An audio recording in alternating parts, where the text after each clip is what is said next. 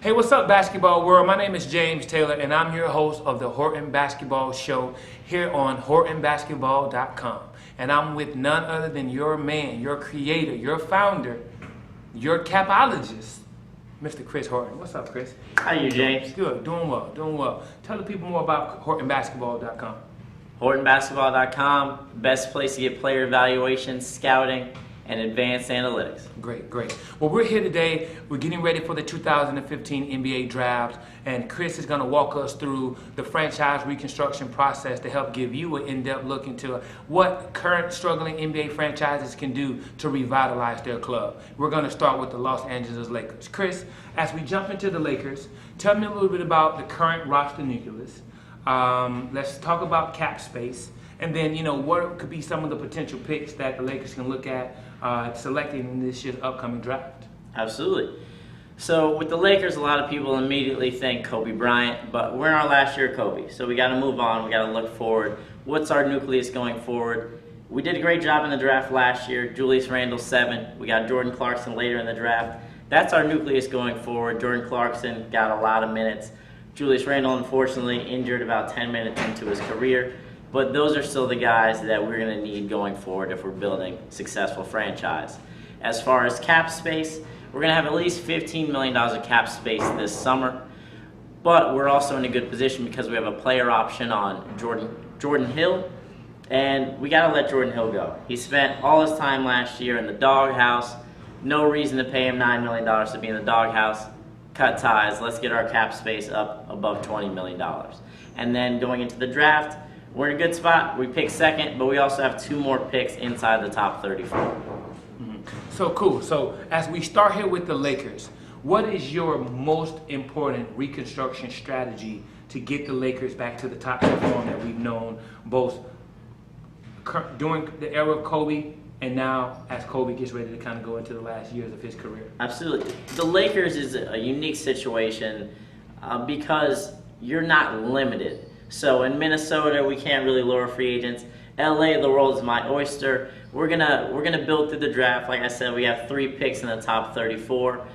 But we go into 2016, we've given our first round pick to Philadelphia. So we're gonna build this year through this year's draft, but also we can lure free agents to LA, come hang out on the beach, live that movie star lifestyle. Definitely. So let's talk about current free agents that's available. Okay, and then we're gonna move into the actual draft this Thursday. If you're the GM of the Lakers, what free agents are you targeting right now? Right now, like I said, the world is my oyster. So all the big name guys, I'm giving them all a phone call. Marc Gasol, LaMarcus Aldridge, Kevin Love just opting out, everyone. And then the two young wings, Jimmy Butler, Kawhi Leonard, they're both restricted, but hey, I'm going to throw some money at them too. Definitely. Now, Thursday is a big day for the NBA, right? Let's talk about who's the best fit and share with me, 1 or 2 very important points that you believe will make them the right fit for the Lakers. Absolutely. So I think Karl Anthony Towns is the best player in the draft. If he gets past Minnesota at 1, you take him in a second, you don't think about it. But I don't think he's going to get that far. So with the second pick, I'm taking Jahlil Okafor. Cornerstone, NBA ready. He's going to put up 18 points for you year 1. So that's who I'm taking, ready to make an immediate impact. Now you're looking forward to the next 2 picks in the top 34. I'm looking to find a wing that's going to be with me long time for many years. So I'm looking, we have shooting that might be available at pick 34 with Michael Frazier. We've got a nice prospect from France. It's long. I call him Timothy Lou. Might be able to get him at 34 also. And then if we're looking at our earlier pick at 27, Justin Anderson is a name that a lot of people know from Virginia. And a little bit of a lesser-known name, Rashad Vaughn from UNLV, I think might be a nice splash in the draft as well. Wow, sounds good. Now, we know in order to take some of these new potential free agents and also to make room for the picks in the draft here, who are we sending to the dumpster? Jordan Hill, who I mentioned before. We've got a lot of old contracts. We're still paying Steve Nash money, so there's nothing we can really do about that.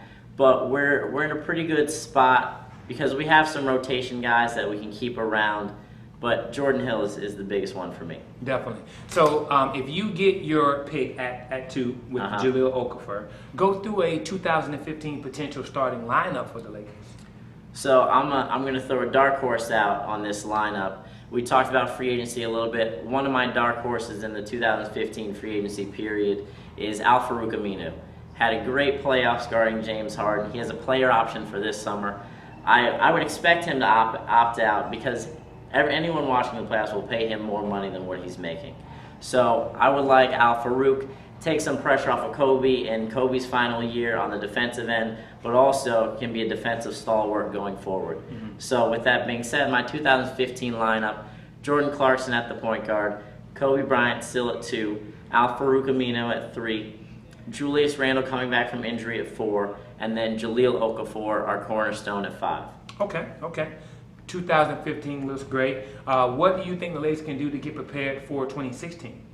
Now 2016 is what gets interesting. So I purposely saved some money in 2015, had some cap space available. But 2016 is super interesting because that's when all that NBA TV money kicks in. So our cap is going to go from $67 million to $89 million. So that's basically a max contract right there, just in the increasing cap that we can give. So the 2016 free agents, I think we know by now, Kevin Durant is out there. If we can't get Kevin Durant, Brad Beal is also out there. That's not a bad second place. Kevin Durant was going to be due to be making the max, which is going to be $25 million for him. Brad Beal's max is $21 million. So we would have enough money to sign either one of those guys. And we could also potentially work on a sign and trade if it comes down to it with those teams. Sounds good. Now, Chris, being the GM isn't easy. Right. Tell me, what, other than what you mentioned here earlier today, what are some of the most important factors that GMs must consider when making some of these tough decisions? You always have to consider the future. You always have to consider money ramifications. One of my core beliefs as far as personnel, in order to be successful in the NBA, I think you need to have an elite point guard playing at a top 10 level or higher, or you're going to need a transcendent wing. So by that I mean your LeBrons, your Durants, your James Harden is now in that class. In certain occasions, you take the Spurs for example, you can get by with a fringe guy like a Tony Parker, but then you also had Kawhi playing at a pretty transcendent wing level, stopping LeBron, and then not to mention you have the greatest power forward of all time, Tim Duncan. If you can't get all of those things, get yourself an elite point guard, get yourself a transcendent wing. You've heard it first. Don't be surprised if everything that we spoke about today comes true on Thursday. It should. You're at HortonBasketball.com. We really appreciate you for tuning in. Stay tuned for more. Thanks, Chris. Thank you.